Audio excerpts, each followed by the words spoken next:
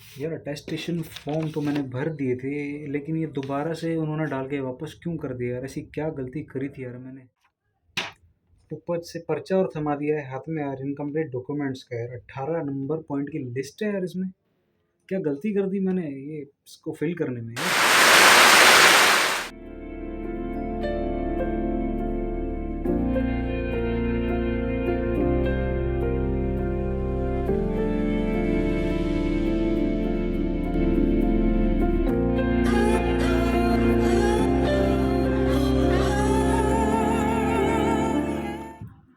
हाँ तो भैया, वीडियो के स्टार्टिंग में तो आपने देख ही लिया होगा, अटेस्टेशन फॉर्म का जो चक्कर पड़ा है ऐसा, घूम कर आ गया वापस मेरे पास अटेस्टेशन फॉर्म। ऐसी क्या गलती करी मैंने?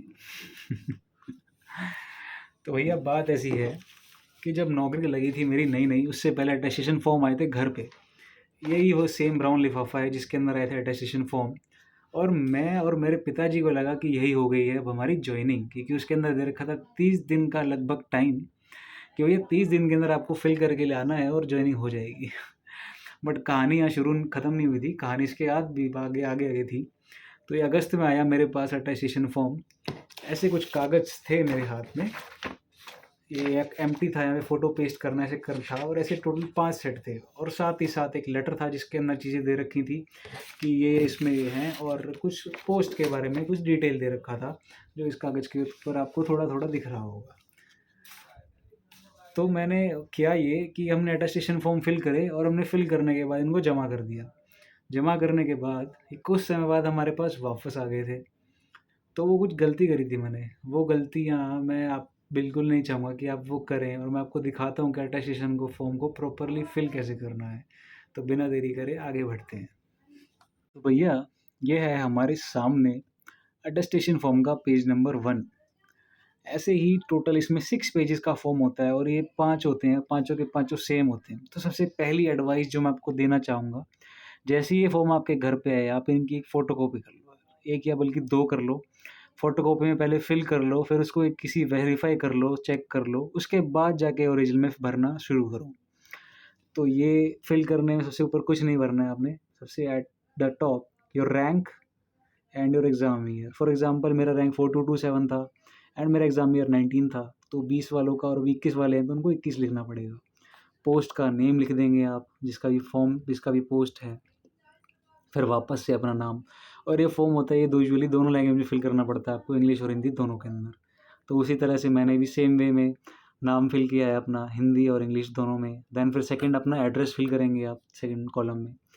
फिर अपना थर्ड रो आ जाता है इसमें, होम एड्रेस फिल करेंगे आप अपना। और फिर अपना थर्ड का खा पार्ट, थर्ड का क और का में अपना प्रेजेंट एड्रेस, और खा में अगर आप पाकिस्तानी हैं, यदि माइग्रेंट हैं पाकिस्तानी, तो उसमें अपना फिल करेंगे आपकी पाकिस्तान में आपका एड्रेस क्या था, वगैरह वगैरह जो भी है। आई वॉज नॉट एप्लीकेबल, क्योंकि मैं स्टार्टिंग से इंडिया में ही रह रहे हैं हम लोग। फिर अपने पेज नंबर 2 पे आ जाते हैं। पेज नंबर 2 भी अपने एड्रेस और बाकी चीज़ों से रिलेटेड है, कि आपका फ़िलहाल प्रेजेंट एड्रेस क्या है इसमें। थोड़ा सा जूम इन करके दिखा देता हूँ मैं आपको, कहाँ से कब तक आप रह रहे हैं, फ्रॉम से लेके कब तक।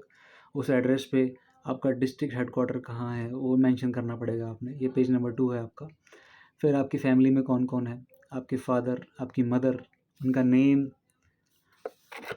और उनका डोमिसाइल, उनका प्लेस ऑफ बर्थ, उनका ऑक्यूपेशन। अगर मदर हाउसवाइफ है तो वहाँ पे आप डैश मार के छोड़ दीजिएगा, there is no problem in that. And your present address, your permanent home address. In the same way अगर हम थोड़ा सा डाउन आते हैं, then if you are married, your wife और husband, then your brother, your siblings आपके जितने भी हैं, योर सिस्टर, तो सेम में आप उनका फिल कर देंगे। कुछ लोग ऐसा बोलते हैं कि सर मेरे एक भाई और एक बहन से ज़्यादा है, तो उसके लिए आप साइड में स्पेस है वहाँ पर आप लिख सकते हैं, या इसी के अंदर ही आप 2 करके लाइन मार के बीच में वहाँ पे आप लिखने की कोशिश कर सकते हैं। या इस पेज में एक ब्लैंक स्पेस होता है साइड में, राइट हैंड साइड पे, आप वहाँ पर भी लिख सकते हैं ब्रदर और सिस्टर के बारे में, वो टोटल कितने हैं आपके। तो पार्ट नंबर 5 का ख, इसके अंदर अगर आप, यदि आपके चिल्ड्रन हैं, यानी कि आपका सन या डॉटर कोई भी है, तो उनकी आप डिटेल इसमें लिख देंगे, यदि आप पहले से मैरिड हैं और साथ में आपके बच्चे भी हैं। उसके बाद आपकी नेशनैलिटी, यानी कि आपकी राष्ट्रीयता, जो इंडियन या नेपाली, भूटानीज़ जो भी हैं, जो भी इंडियन गवर्नमेंट अलाउ करती है बाहर के कंट्री से सिटीज़न को हमारे यहाँ पे जॉब करने के लिए। Then your date of birth in Christian era and your present age, your age at matriculation, आपने 10वीं कौन से उसमें करी थी। कितनी उम्र में करी थी। And then coming to your page number 3, that is your place of birth. जैसे कि मैं हरियाणा से बिलोंग करता हूँ, तो मैंने अपना प्लेस ऑफ बर्थ बोनली हरियाणा रेवाड़ी लिखा था। प्रेजेंटली कहाँ रह रहे हैं वो लिखेंगे आप। एंड आपके जो फादर है वो ओरिजिनली कहाँ से बिलोंग करते थे, तो वो भी रेवाड़ी हरियाणा से बिलोंग करते थे, तो वो लिखा है इसमें मैंने। देन आपका धर्म, दैट इज़ हिंदू। आप क्रिश्चियन है तो क्रिश्चियन लिखेंगे, मुस्लिम है तो मुस्लिम, और सिख है तो सिख लिखेंगे। And then are you member of SC ST OBC? जी हाँ, यस आई एम OBC, तो मैंने इसमें यस टिक कर दिया था। अगर आप SC ST हैं तो भी आप यस टिक कर दीजिएगा। यू आर हैं तो no, that is unreserved. Now आपका एजुकेशन आ जाता है इसमें, पॉइंट नंबर 10 जो है कि आपको अलग अलग अपना लिखना है इसमें। अपने 10th कौन से उसमें करी थी अपनी क्वालिफिकेशन, आपने कौन से साल में एंटर किया था, कौन से साल में लीव किया था, अपना एग्जामिनेशन क्या पास किया था उसमें। एंड मैंने इसमें 10th और 12th का इकट्ठे लिख दिया था। और फिर उसके बाद जो सेकंड वाला है उसमें मैंने अपने कॉलेज के बारे में लिखा था। Although this is an MTS form, but still मैंने इसके अंदर अपने कॉलेज की डिग्री के बारे में मेंशन कर दिया था। कॉलेज में कौन से साल में एंटर किया और कॉलेज कौन से साल में पास किया और कौन सा एग्ज़ाम आपने पास किए हैं उसमें, तो वो सब इसमें आप फिल कर दीजिएगा। ये आपका एजुकेशन में हो जाएगा पॉइंट। नाउ पॉइंट नंबर 11, ये आपका बेसिकली होता है कि आपकी फैमिली में कोई पहले से, या अगर आप पहले से कोई सेंट्रल गवर्नमेंट नौकरी के अंदर हैं या नहीं हैं, आपने कहाँ कितना काम किया, आपने क्यों छोड़ी है वो सर्विस, ये सब इसमें आप फिल कर सकते हैं। तो at that moment of time I was unemployed, so मैंने इसे नॉट एप्लीकेबल फिल कर दिया था। ऐसे ही ये दोबारा से आ जाता है क्योंकि कोई सिविल सर्विस या आपने कुछ अगर पहले दिया है, या दैट इज़ पॉइंट नंबर 11 ख। पिछली सेवा के बारे में आपने लिखना है, दैट इज़ इसके अंदर ही में नॉट एप्लीकेबल था, तो यहाँ पर भी मैंने ऐसे ही लाइन मार के छोड़ दिया था। पेज नंबर 4 पे आ जाते हैं। पेज नंबर 4 पे कई सारी बातें हैं जो बेसिकली आपके criminal record से that is related. So have you ever been arrested, have you been prosecuted, ever been kept under detention, bound down, ये सारी चीज़ें हैं इसमें कई सारी लिखी हुई हैं। ever been arrested, debarred from any examination, तो I was not been any culprit of all of these things, so I adopted no for it. So any case pending, आपके ऊपर कोई भी केस अभी चल रहा है, मुकदमा चल रहा है, पेंडिंग है, तो सब में no no no no no. फिर देन उसके बाद 2 लोगों को आपको स्पेसिफिकेशन देना पड़ता है जो आपके आसपास रहते हैं और आपको जानते हो, आप उनका नेम लिख देंगे। आपके लोकेलिटी के हों तो काफ़ी अच्छा रहेगा, आपके आसपास पड़ोसी हों और ब्लड रिलेशन में ना ही लें, तो that is I will say suggest you. Neighbours लें, अपने नेबर से बातचीत करें और नेबर के आपके जो भी आसपास रहते हैं उन 2 बंदों का नाम डाल दें जो दोज हु आर 18+। एंड फिर अपने बारे में आप सर्टिफाई कर दीजिए कि मैं यही पर्सन हूँ, एंड योर डेट डाल के वहाँ पे सिग्नेचर कर दीजिएगा। इस तरीके से आपने 4 पेज अपने फिल कर लिए हैं अटेस्टेशन फॉर्म के। पेज नंबर 5 पे आ जाते हैं। यहाँ पर आपको अपनी पहली अपॉइंटमेंट के बारे में वही लिखना है कि पर्टिकुलर डिटेल वगैरह, तो यहाँ पर भी सेम नॉट एप्लीकेबल। यदि कोई बंदा आपका जो रिलेटिव है फ़ॉरेन के अंदर नौकरी कर रहा हो या बाहर रहता हो, तो बेसिकली हवाला से रिलेटेड है समथिंग, तो यहाँ पर भी नॉट एप्लीकेबल बिकॉज मैं ही एक ओनली गवर्नमेंट एम्प्लॉय हूँ फैमिली में। तो देन अगेन फिर वही कोई कंट्री के बाहर रह रहा हो, ये भी हवाले से रिलेटेड है। एंड देन फिर वही अपना सिग्नेचर, यू पोस्ट, इसके लिए आपने अप्लाई किया है, अपना name and all these things. And now this last page number 6 of attestation form. यहाँ पर आपने अपने आसपास के तहसीलदार, प्रिंसिपल या MP MLA SDM से आप अपने साइन करवाएंगे कि आप यहाँ रह रहे हैं इतने साल से। एंड इफ़ पॉसिबल, तो अगर आप कोई जानकार है ग्रुप पे गेजेटेड ऑफिसर, तो वो भी चलेगा। जैसे कि I was having a known person in my local area, वो इज़ अ गेजेटेड ऑफिसर, तो मैंने उसका साइन एंड स्टैम्प लगवा लेते कि that he knows from this period of time. आप ये कर सकते हैं, नहीं जानते तो पंच के पास से लीजिए, गांव में रहते हैं तो, शहर में रहते हैं तो BDO के पास या कॉलेज के प्रिंसिपल या स्कूल के प्रिंसिपल या SDM के पास आप जा सकते हैं, या MP MLA के भी आप जा सकते हैं। इस प्रकार से आप अपने 6 पेज का अटेस्टेशन फॉर्म फिल कर लेंगे। एंड अभी मैं आपको एक चीज़ और दिखाता हूँ बड़ी इंटरेस्टिंग, कि कैसे मतलब हुआ ये कि मैंने ये फिल तो कर दिए थे लेकिन ये मेरे पास उल्टे आ गया यार, वापस इनको फिल करने का चक्कर में दिखाता हूँ। तो अटेस्टेशन फॉर्म फिल करने के बाद मैंने उनको जमा करने गया था बाय हैंड। तो हाँ, बाय हैंड, और इसका 1 मिनट पहले मैंने जमा करने गया तो मैंने यहाँ पे इसको रख दिया, और जमा करने से पहले उन्होंने मुझसे कहा कि भाई ये आप यहाँ पे जमा तो कर रहे हो, बट आप प्रूफ के लिए इसकी फ़ोटोज़ क्लिक कर लो कि अगर इन केस फ्यूचर में गुम हो जाता है तो हम इसके लिए रिस्पॉन्सिबल नहीं होंगे। तो व्हाट आई थॉट कि they are just joking and they will take care of it, तो I just click pictures of that and I just went away from there and I asked them कि ये रखना कहाँ पर है। तो उन्होंने मुझे कहा, ये जो बाल्टी रखी है ना भाई साइड में, लिटरली ये मेरी एक शॉर्ट्स की पुरानी वीडियो जो मैंने अपलोड करी थी, लिटरली जो भाई डॉक्यूमेंट्स अटेस्टेशन फॉर्म वो मैंने इसके अंदर ही डाले थे बाल्टी में यार। अटेस्टेशन फॉर्म जो थे मेरे बाल्टी में डाले थे। ये थोड़ा एक और जूम इन पिक्चर है बाल्टी का यहाँ पे, ऐसे ही यहाँ पे एक और बंदा आता है अपने फॉर्म जमा करने के लिए। तो ये था अटेस्टेशन फॉर्म जमा करने की कहानी। तो भाई अटेस्टेशन फॉर्म जो थे वो हमने उधर रख दिए, उसके बाद हम वापस आ गए। एंड उसके बाद हमने 1 डेढ़ महीना वेट किया। वेट करने के बाद होता ये है कि हमारे पास एक लेटर आता है घर पे। वो लेटर मैं आपको दिखाता हूँ, 1 सेकंड। हाँ, तो जमा करने के लगभग 1 महीने बाद एक लेटर और आता है फिर से, जो दूसरे वाले मेरे ब्राउन लिफाफे के अंदर था। यूजुअली जो बंदे ज्वाइन करते हैं उनके पास एक ही ब्राउन लेटर आता है रजिस्टर्ड डाक से। मेरे पास ये दो आए थे भाई। दो का रीज़न ये था कि जो मैंने अटेस्टेशन फॉर्म वहाँ जमा किए थे वो वापस उल्टे आ गए थे भाई। लिटरली वो वापस आ गए थे। उसमें ऐसे लिखा था इन्होंने दोबारा से भेजकर कि महोदय / महोदया, मुझे यह कहना है कि निर्देश द्वारा भेजे गए ये निर्माण कॉलम पूर्ण भरे हुए नहीं है। तो उन्होंने कुछ टिक करे थे, जैसे कि कॉलम संख्या 3 का ख, ऐसे ही 15 स्वीकृति या स्वीकृति, यानी कि अटेस्टेशन फॉर्म। और 8वां नंबर का एक और था पासपोर्ट साइज फ़ोटो वगैरह संकलन करके।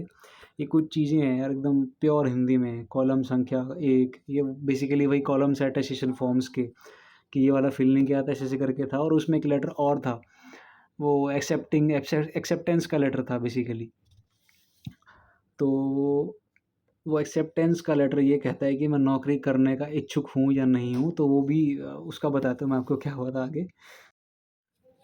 तो जो एक्सेप्टेंस का फॉर्म जो था वो भी मैंने उस बकेट में जमा किया था। बकेट में भी ऐसे ही जमा नहीं किया था, ये सारे अटेस्टेशन की 5 कॉपी, वो एक्सेप्टेंस का फॉर्म उसके ऊपर लगा के वो सारा एक बंडल में कंपाइल अप करके एनवेलप में डाल के, एनवेलप के ऊपर अपनी डिटेल्स लिख के मैंने वो सबमिट किया था। उन्होंने कहा इसे बकेट में डाल दो, बकेट में डाल दिया। और उन्होंने ये भी मुझे वार्न भी किया था कि भाई ये गुम हो सकता है। और मैं मुझे लगा कि नहीं होगा ऐसा, बट असल में वो गुम कर दिया। और ये it was not my fault actually, it was their fault. And well what ever it is, तो उनके फॉल्ट की वजह से वो गुम हो गया। और फिर मैंने दोबारा से फिल करके दिया उसे, जो पहले मैंने फ़ोटोज़ क्लिक करी थी मज़े मज़े में, वो काम आ गई। तो भाई मेरा ये ज़रूर कहना है आपको कि इनकी फ़ोटो कॉपी रख लेना जितने ये फॉर्म आए पहले ही, एक बैकअप के लिए। और ओरिजिनल भर के दे देना, और बस वेट करना पॉजिटिव होके कि एक्सेप्ट हो जाए, कहीं गुम ना हो। अगर हो जाए इन केस तो आपकी फ़ोटो कॉपी बड़ी हेल्प करने वाली। तो पहले इसकी फ़ोटो खींच लेना, हो सके या स्कैन करके फीड कर लेना, फिर उनका प्रिंट निकाल के उसको फिल कर देना। तो मैंने तो उस फ़ोटो को ही वापस से ज़ूम इन करके प्रॉपरली उसको स्ट्रेच करके उसका कलर प्रिंट आउट निकाला था, जब जाके मैंने उसको दोबारा लगा के दिया था। क्योंकि मैं फ़ोटोकॉपी करना भूल गया था सच बताऊँ तो। उसके अंदर एक ओरिजिनल स्टैम्प वाला था, तो वो तो फ़ोटोकॉपी हो भी नहीं सकता, तो उसका मैंने कलर प्रिंट ही निकाला था। तो आप भी इन सब की फ़ोटोज़ क्लिक कर लेना जैसे ही आपके पास डाक आता है, ये काफ़ी इंपॉर्टेंट थिंग है। और हाँ, फिर उसके बाद ये सवाल आता है कि भाई बाय हैंड जमा करें या फिर डाक के थ्रू भेजें। अभी भी मेरी पुरानी वीडियोज़ पे बंदे लिख रहे हैं कि क्या ठीक रहेगा जिनका वीवी सिलेक्शन हुआ है। तो भाई मैं ये कहना चाहूँगा कि अगर जो आपका ऑफ़िस है जहाँ पे आपका सिलेक्शन हुआ है वो घर के पास है, मतलब with in radius of 10 kilometres 5 kilometres, मतलब कि अगर पास में 2-3 घंटे में आप पहुँच सकते हैं, तो आई विल से कि आप बाय हैंड जमा करो उसे, डाक के बजाय। मैं तो यही प्रेफ़र करूँगा। कुछ लोग ये कहेंगे भाई डाक के बजाय, मतलब हैंड के बजाय डाक ठीक है, क्योंकि डाक में पर रसीद होती है कि ये वो है। बट यार जब मैं बाय हैंड जमा कर गया, जब उसमें ही कुछ नहीं हुआ, जब उन्होंने उसमें ही गोल कर दिया वो, तो डाक में तो कुछ है ही नहीं, तो कोई फ़र्क नहीं पड़ता। तो मेरे तो मतलब घर के लगभग यहाँ से 20-30 किलोमीटर पड़ रहा था फ़िलहाल, दिल्ली में जो मेरी लोकेशन है वहाँ से। तो मैं तो बाय हैंड ही जमा करने चला गया था। By hand I had submitted, दोनों बार मैं बाय हैंड ही जमा करके आया था उसे। और फाइनली फिर वो एक्सेप्ट हो गया था। उसके बाद फिर उन्होंने मेडिकल का दिया था मेरे को कि इसमें आपके मेडिकल करवा लो जाके, आरएमएल में रेफ़र दे रखा था। फिर मेडिकल करवाने के बाद फिर आरएमएल में मेडिकल करके फिर इन्होंने ऑफ़िस को रेफ़र कर दिया आरएमएल वालों ने, वहाँ जाके फिर मैंने जॉइन कर लिया था ये। तो भैया ये थी पूरी कुल मिला के कहानी अटेस्टेशन फ़ॉर्म की। तो ऐसे आपने अटेस्टेशन अपने फ़ॉर्म में फिल करने हैं। एंड जो मैंने बातें बताई है इन सब का भी आपने ध्यान रखना है। और हाँ, एक और बात का भी ध्यान रखना है, that is to reach the target of 10,000 subscribers by the end of this year. जी हाँ, बिल्कुल सही। और ये अटेस्टेशन फॉर्म वाली वीडियो अगर आपको अगर सही में पसंद आए तो इसको लाइक कर देना मेरे दोस्त, and do share it with your friends. जो जिसको भी अटेस्टेशन फॉर्म फिल करने में दिक्कत हो रही है, या फ्यूचर में जिसका सिलेक्शन हो जाएगा, ऐसे लग रहा है कि हाँ अटेस्टेशन फॉर्म का देख लेता हूँ, तो उसके साथ भी शेयर कर देना। It will give some them some motivation.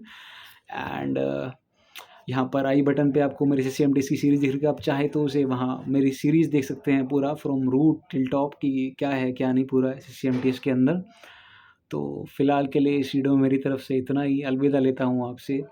And आप चाहें तो मुझे इंस्टाग्राम पे फॉलो कर सकते हैं, सेम हैंडल है मेरा द सरकारी गाय के नाम से, लिंक मैं डाल दूँगा डिस्क्रिप्शन में। So this is all from my side, the सरकारी guy, not just an government employ. Bye bye, take care guys.